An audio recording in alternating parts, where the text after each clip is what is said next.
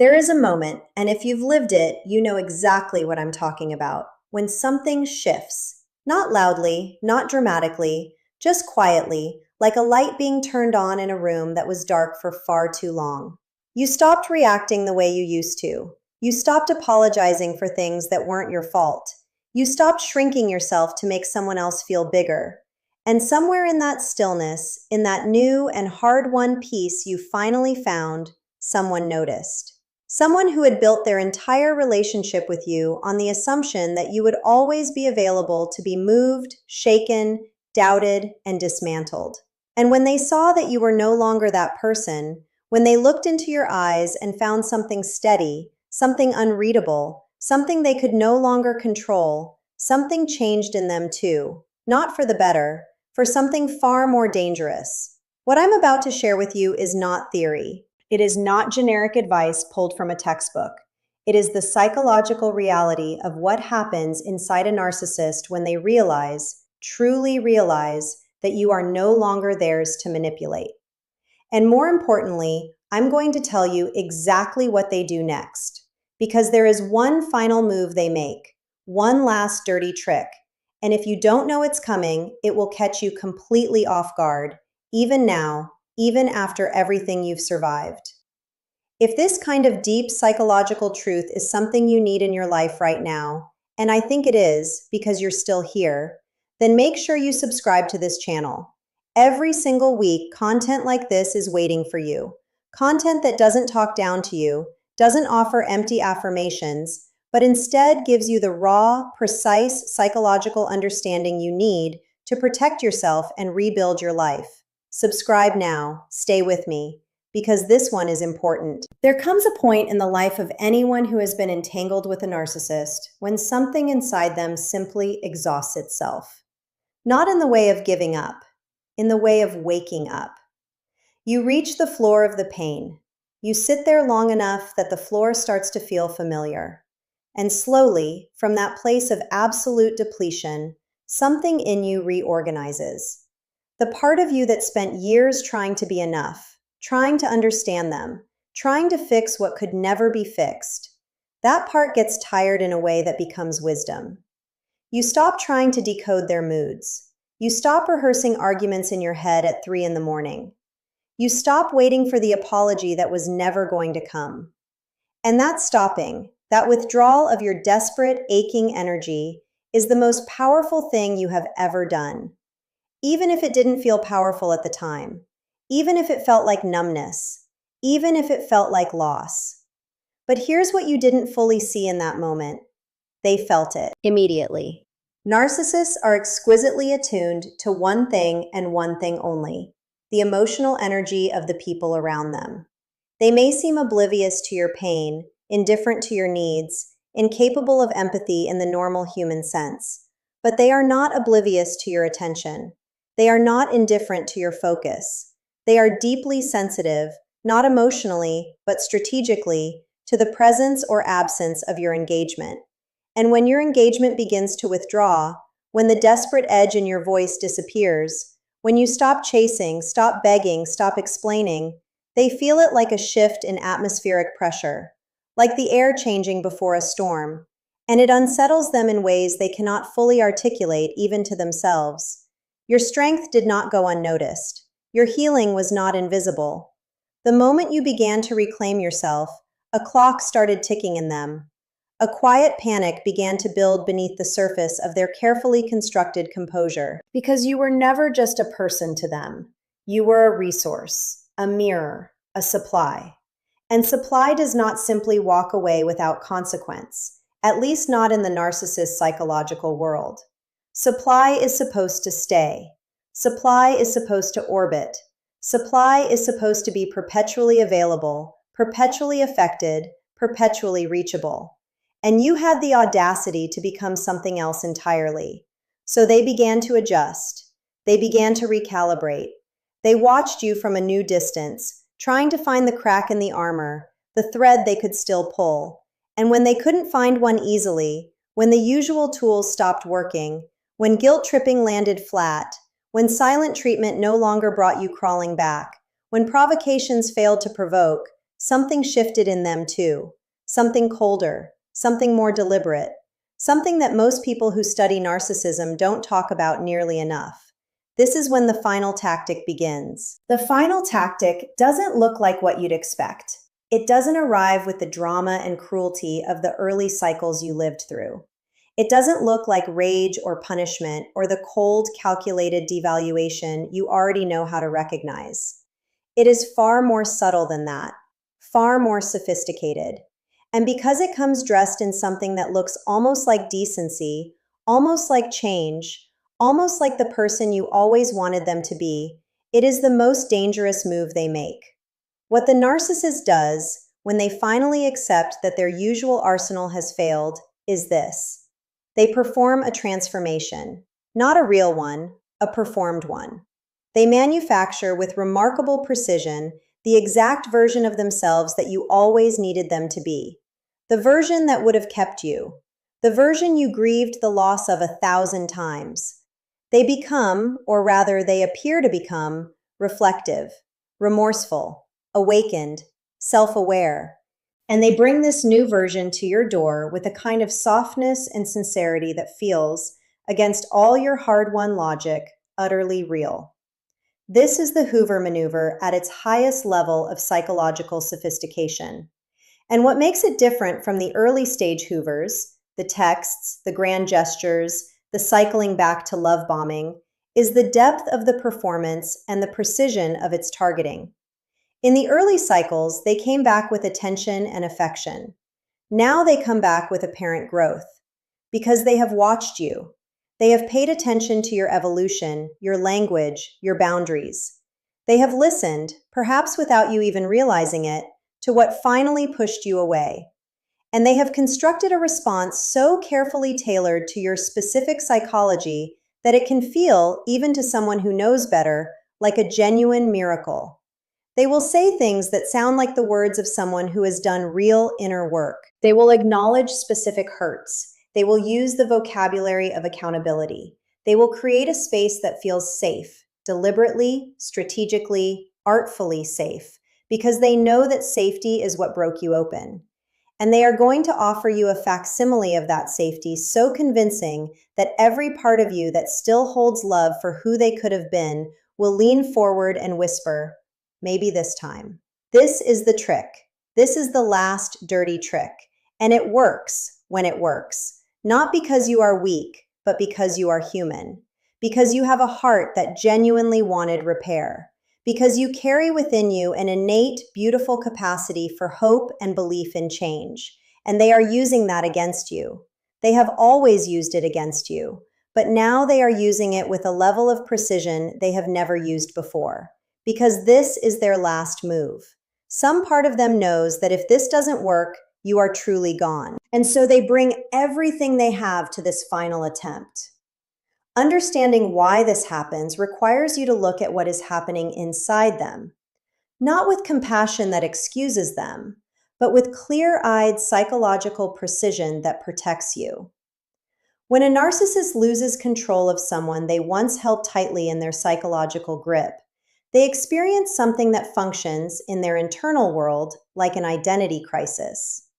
Because you were part of the architecture of their self-concept, your admiration, your attention, your fear, your devotion, these were load-bearing walls in the structure of their fragile inner world. And when you withdrew, when you became strong enough to live without the constant turbulence they created, you didn't just leave a relationship. You destabilized an entire internal ecosystem. Their sense of superiority depends on having people beneath them. Their grandiosity requires an audience. And you, by healing, by growing, by quietly and powerfully refusing to participate anymore, took all of that away. You became evidence of something they cannot afford to believe, that they are not as powerful as they think. That someone can genuinely outgrow them and become more than they ever were in the relationship. This is not merely uncomfortable for a narcissist. This is existentially threatening. It touches the rawest wound in their entire psychological structure, the terror that underneath all the performance, They are ordinary and breakable and beatable. And you, by walking away with your dignity intact, proved it. So the final tactic is not just about getting you back. It is about restoring their internal equilibrium. It is about reestablishing that they still have power, that they can still move you. If you are finding this valuable, if something in these words is landing in a place that feels true and recognized, then I want to remind you that this channel exists to give you exactly this, every week. Subscribe if you haven't yet. Share this with someone who needs it, because this is the kind of content that can change the trajectory of someone's life.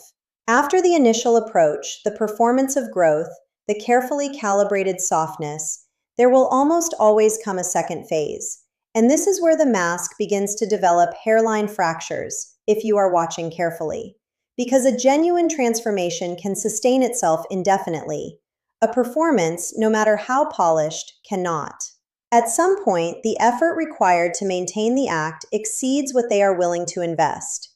And when you don't capitulate quickly enough, when your strength holds, when you respond with warmth but not surrender, the pressure begins to build behind the mask. And then you will start to see it. Small things at first.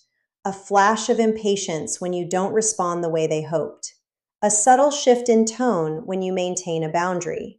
A moment where the old deflection appears, dressed in new language but recognizable in its movement. They might frame their efforts as sacrifice. They might begin to suggest, gently but unmistakably, that your caution is the problem, that your inability to simply believe in their change is evidence of your damage, not theirs. This is the reframe. This is where the accountability they performed begins to redirect itself back at you. If you are not watching for it, you will absorb it. Your nervous system, already trained by years of subtle manipulation to believe that your perception is the issue, will be vulnerable to this inversion. They will suggest that your strength is actually rigidity, that your clarity is actually fear, that your refusal to immediately trust is a wound you need to heal, not a wisdom you have earned. And they will do this so smoothly, so seemingly compassionately, that it can feel like they are trying to help you, even as they are dismantling the very foundation of the strength that freed you. Do not let them redefine your strength as your pathology. This is the crux. This is the center of the final trick. Because if they can convince you that your clarity is actually damage, if they can pathologize your hard-won awareness, then they have achieved something extraordinary. They have used your healing against you. They have weaponized your growth. And you will find yourself doing the unthinkable, explaining your sanity to the person who tried to take it from you. There is another layer to this that operates almost entirely beneath conscious awareness, and it has to do with time, with history, with the chemistry of long-term emotional entanglement. The narcissist who has been with you for a significant amount of time knows you, not with curiosity and genuine interest in your inner world, but they know your wounds. They know where you are tender. They know the specific architecture of your longing, the precise shape of the love you always wanted, the exact words that move you. This knowledge was gathered not out of love, but out of utility. And now, in this final move, it becomes their most powerful weapon. When they say the right thing at the right moment, in the right tone, when it lands exactly in the center of your most unhealed place, you have to understand that this is not intuition. This is not emotional attunement. This is strategic knowledge being deployed with precision. The intimacy you shared, the vulnerability you offered, all of that became information. And information in the hands of someone who has never learned to love without controlling becomes ammunition. So when their final approach echoes your own deepest language back to you, and you feel that uncanny sense of being truly seen, what you are actually feeling is your own soul being mirrored back at you, not their love, yourself, reflected. And the feeling of being known that arises in that moment is real. It's just not coming from them. The answer to all of this is not cruelty. It is not revenge. It is not a dramatic confrontation or a righteous speech. Those things feel satisfying in imagination and are almost always counterproductive in reality. Confrontation gives them something to work with. Drama gives them energy. Anger, even justified anger, is still engagement. The answer is something far quieter and far more devastating to a narcissist than any emotional display could ever be. The answer is discernment without performance. It is the capacity to hold your ground so naturally, so effortlessly, that it doesn't look like holding ground at all. It looks like simply being who you are. Because what a narcissist truly cannot tolerate is not anger, not rejection, not even distance. What they truly cannot tolerate is irrelevance. What breaks their hold completely is not when you fight them, but when they simply cease to be the organizing force of your emotional life. When their presence no longer creates a weather system inside you. When you can hear from them, be near them, even have a brief interaction with them, and return to your own internal stillness as naturally as the surface of a deep lake returns to calm after a stone is dropped in. That stillness is your power, not as a tactic, not as a tool, but as the genuine inheritance of the work you have done.